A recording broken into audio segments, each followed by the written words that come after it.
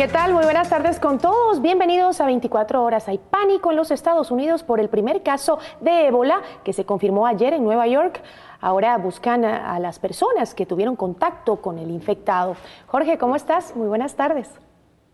Buenas tardes, Gigi, amigos, bienvenidos. Ya mismo con esa información vamos a arrancar la emisión de hoy con la visita del presidente Rafael Correa a Suiza. Así es. Así es, Jorge y amigos, en el último día de gira, el presidente Rafael Correa dio una conferencia en el Centro de Naciones Unidas en Ginebra, Suiza. Vamos por los detalles con Fausto Yepes en directo. Fausto, muy buenas tardes, acá en Ecuador, claro.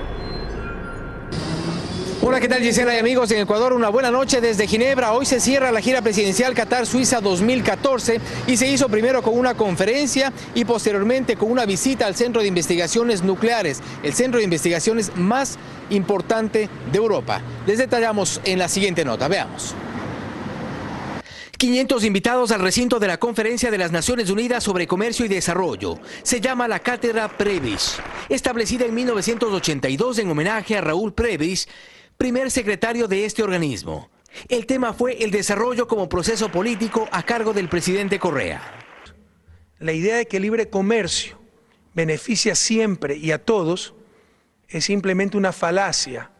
En la misma intervención, Correa dice que hay una arremetida de las transnacionales petroleras, Oxy y Chevron, que actualmente litigan con el Estado ecuatoriano, y aprovechó para pedir la intervención de este organismo.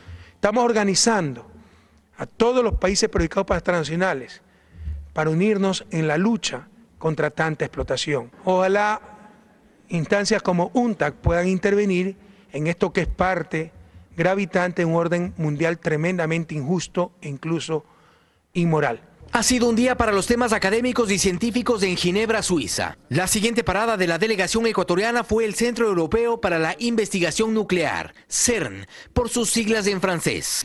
El Centro Europeo para la Investigación Nuclear basa su misión en 3 pilares fundamentales: la investigación, la innovación y la educación. Fue creado en 1954. Son 21 naciones miembros de este centro y entre estudiantes, profesores y científicos hay al menos 100 nacionalidades representadas aquí. Se trabaja, por ejemplo, en proyectos de física médica para detectores de cáncer.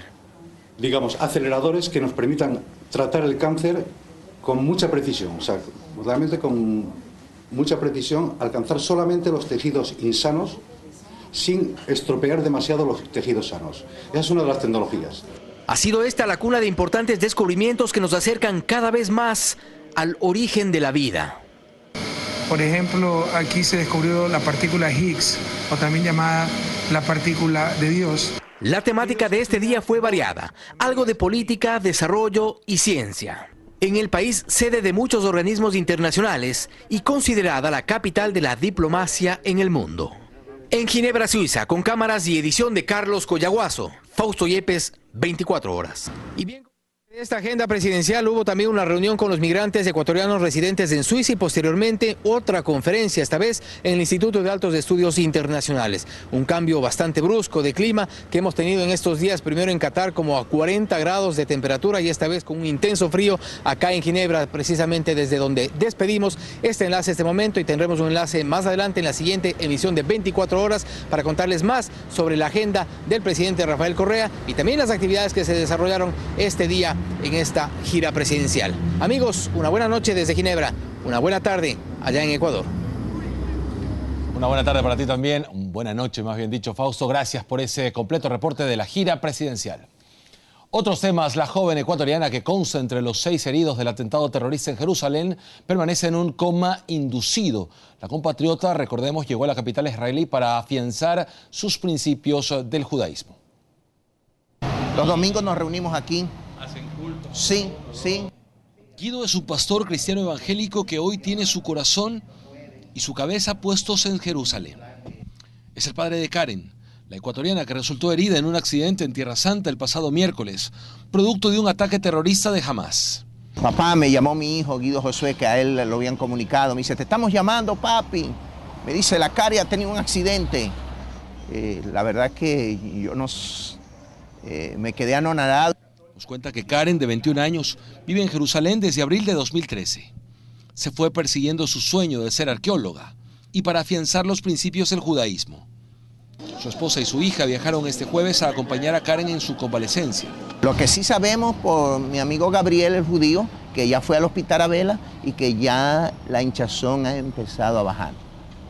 Entonces me dice, ella está estable. Con su familia mantiene una fe inquebrantable que su hija se va a recuperar. Desde su tablet mira las fotos de su hija y sus vivencias en Tierra Santa en esos 18 meses.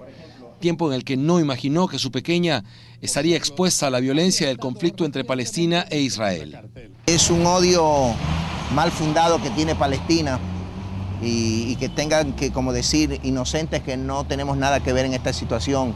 Pero Guido es un hombre de Dios y está confiado. Dice que con los hermanos de su congregación ha empezado un ayuno por la recuperación de su hija. Creo que el Eterno todavía la necesita aquí en la tierra, porque hay un propósito. Jorge Rodríguez, 24 horas. La empresa de seguridad privada Baserum, que fue objeto del asalto a los blindados en la vía al Lago Agrio, empezó ya a revisar sus procedimientos para evitar nuevos asaltos en el transporte de valores. Su gerente aún no sale del asombro por la violencia utilizada.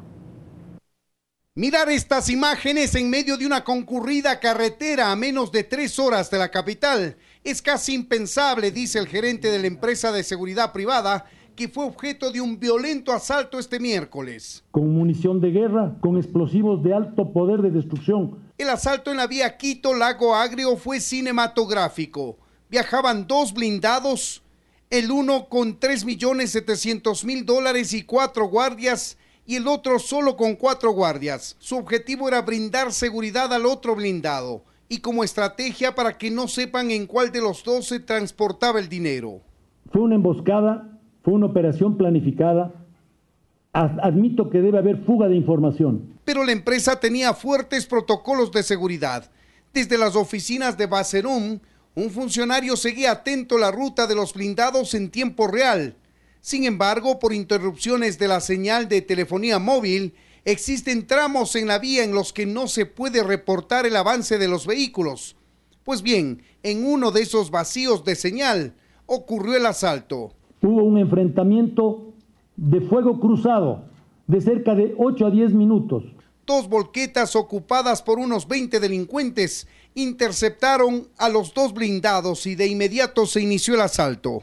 Le pusieron un explosivo plástico que voló el techo del blindado y no contentos con eso pusieron adentro otro explosivo para reventar la bóveda, permitiendo que lluevan billetes alrededor. Luego de eso nuestros tripulantes del un vehículo sintieron humo dentro de su compartimento y tuvieron que abandonar el blindado. En menos de 10 minutos los asaltantes se alejaron del lugar y dejaron un guardia muerto y otros 3 heridos que fueron trasladados en las últimas horas a Quito.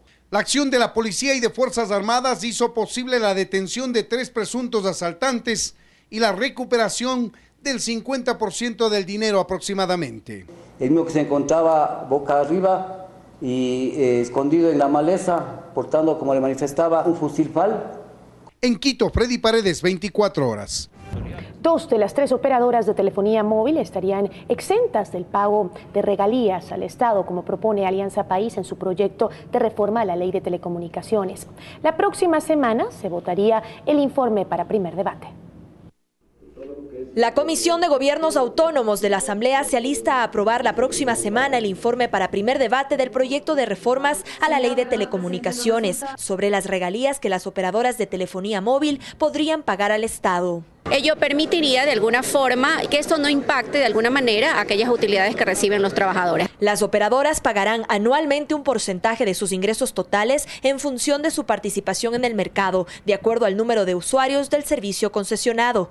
Quienes tengan una participación del 35 al 75% deberán pagar desde el 1 al 9% por regalías al servicio de rentas internas. Esta propuesta genera reacciones. Juan Carlos Solines, ex titular del Consejo de Telecomunicaciones, sostiene que la propuesta oficialista sí impacta en las utilidades de los trabajadores. De hecho, pues si es que a la empresa le toca desembolsar mayores regalías, seguramente las utilidades también van a decrecer. Actualmente la participación en el mercado de la empresa Claro es del 68%, Movistar tiene el 29% y CNT el 3%, por lo que según Solines se estaría legislando para una sola operadora. Yo creo que esto va dirigido a una empresa que es considerada pues como una empresa boyante, una una empresa que tiene una posición de dominancia en el mercado, se genera una situación de inseguridad jurídica, indicios de una discriminación. Según Alianza País, este proyecto de reforma reemplazaría al que se venía tratando en la misma comisión sobre la reducción de las utilidades de las telefónicas.